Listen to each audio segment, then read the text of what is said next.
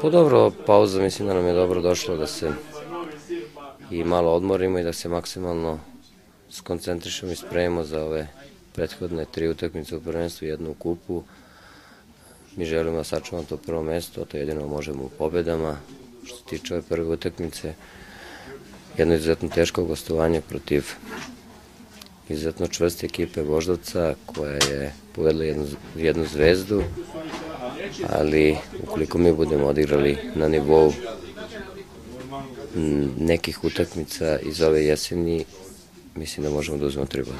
Sigurno sad u poslednje vreme imamo dosta povređenih igrača, prvenstveno na mestima napadača, znači obojica napadača su, Fofana je bolestan, Kojić je povređen, ali ne vredi kukati, nego se maksimalno skoncentrisati, svaki igrač koji bude dobio priliku da se trudi da iskoristi najbolji mogući način da prinese pobedi Partizanu.